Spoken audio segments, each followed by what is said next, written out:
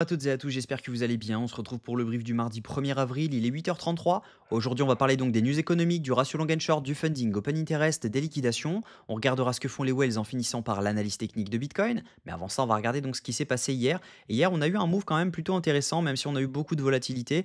On a quand même eu un move dans lequel on est revenu chercher donc les liquidations qu'on avait juste ici. On en avait vraiment au-dessus. Moi, le but était de venir chercher les 84 068 dollars pour pouvoir potentiellement ouvrir un short.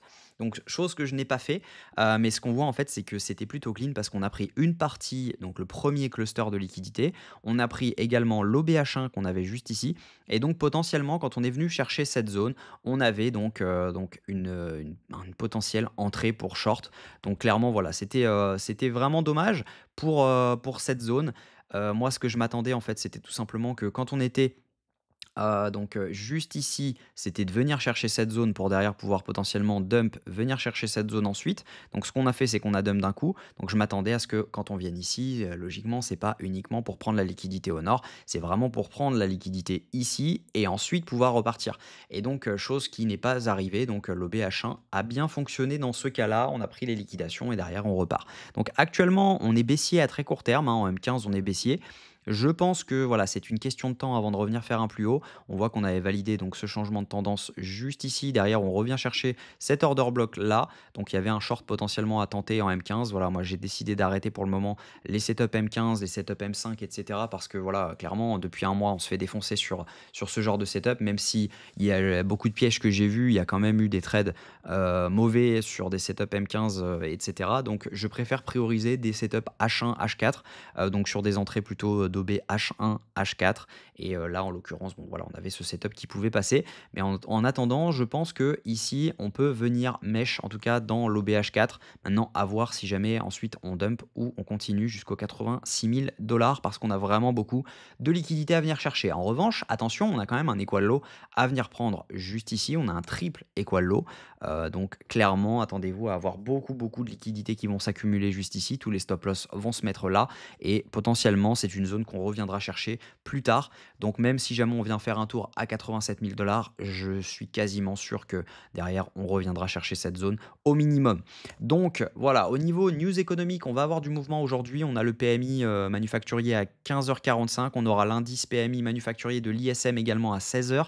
Et le rapport YOLTS sur les nouvelles offres d'emploi à 16h. Donc attendez-vous à avoir du mouvement aujourd'hui. Demain, on aura les chiffres donc sur les droits de douane. Donc Trump va sortir sa news sur les droits de douane, donc on risque d'avoir pas mal de volume également, sachant que on a quasiment 100% des personnes qui sont dans l'indécision totale. Personne ne sait à quelle sauce on va être mangé. Donc clairement, faites attention, la journée de demain risque d'être également très volatile.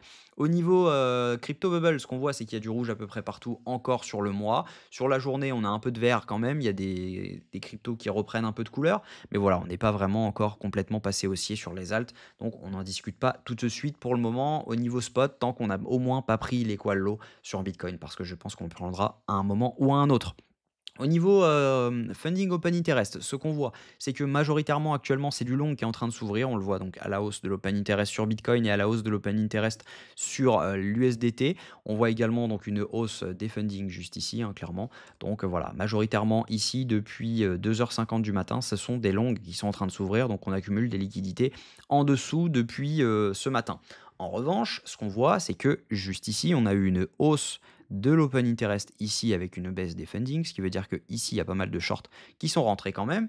Et si jamais on regarde ensuite juste ici, on a une hausse de l'open interest juste ici et juste ici, avec une majoritairement une baisse des fundings, ce qui veut dire que ici il y a majoritairement des shorts qui sont rentrés et donc on a encore continué à accumuler des liquidités au-dessus, autour des 83 000, 84 000 dollars. Si on regarde les liquidations sur les 24 dernières heures, donc ça, ce que ça nous dit, on a des liquidités à venir chercher autour des 84 000 dollars majoritairement, même si voilà, on a quand même des liquidités à 81 330 dollars. Donc c'est ce que je vous disais sur les longues qui se sont ouvertes donc juste ici. Si on regarde Kingfisher, la majorité donc des liquidations se trouve au nord, donc autour des 84 393 dollars. On a un cluster qui nous accompagne jusqu'aux 85 600 dollars, voire 86 000 dollars. Si jamais on va donc directement sur les zones de cluster, Hop, je vais dézoomer un petit peu. On voit que le plus gros du cluster se trouve aux 85 600 $, donc on n'est pas à l'abri d'y faire une mèche. Si on regarde au niveau liquidité, bah, on n'a pas vraiment d'ordre pour retenir le prix, hein. On a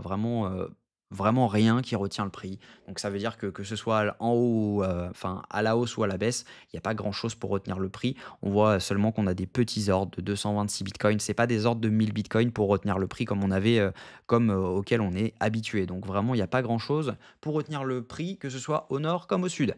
Donc d'où la volatilité qu'on a en ce moment. Au niveau de ce que font les whales actuellement sont en train de vendre majoritairement. Donc il y a eu une vente dans les dernières 24 heures, c'est clairement pas non plus énorme. Par contre, les micro-whales sont en train de réaccumuler un petit peu de Bitcoin, alors que les retails, eux, continuent d'acheter. Donc ils n'arrêtent jamais d'acheter. Donc à mon avis, ils ont programmé leur DCA.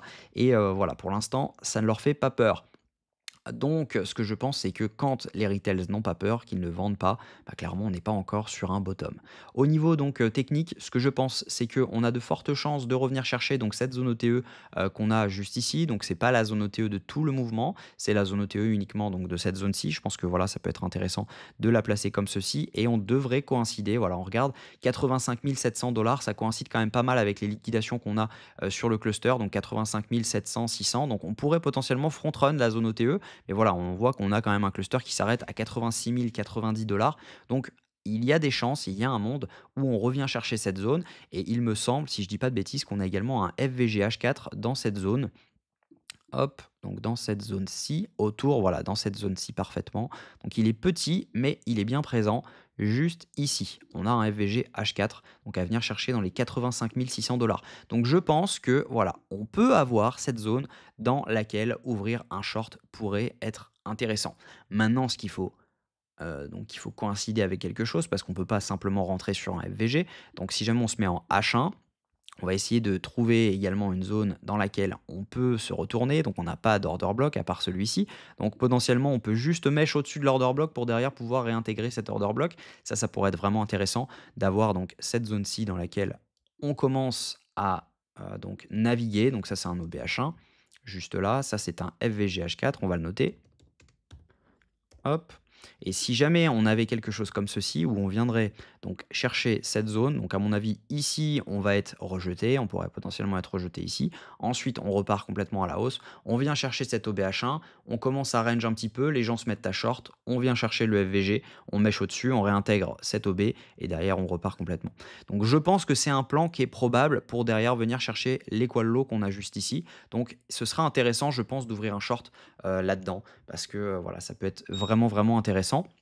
En tout cas, voilà, à mon avis, il y aura pas d'entrée one shot parce que le stop loss sinon il se met ici. Donc peut-être qu'il y aura une entrée one shot avec un stop loss ici et derrière on re-rentre pour donc tout simplement avoir un prix moyen d'entrée sur lequel on attend un setup low time frame, on re-rentre ici et ensuite on remettra notre stop loss au-dessus de cette zone. Mais voilà, à mon avis pour l'instant, il n'y a pas forcément d'ordre à poser parce qu'on peut très bien donc réagir dans cet OBH1, mais logiquement on devrait venir chercher cet OBH4. Ça nous donnerait un retest donc à cette FVGH4, pardon. Ça nous donnerait retest du FVGH4, la prise de liquidité, la zone OTE et également le retest de ce canal qu'on n'a pas encore refait.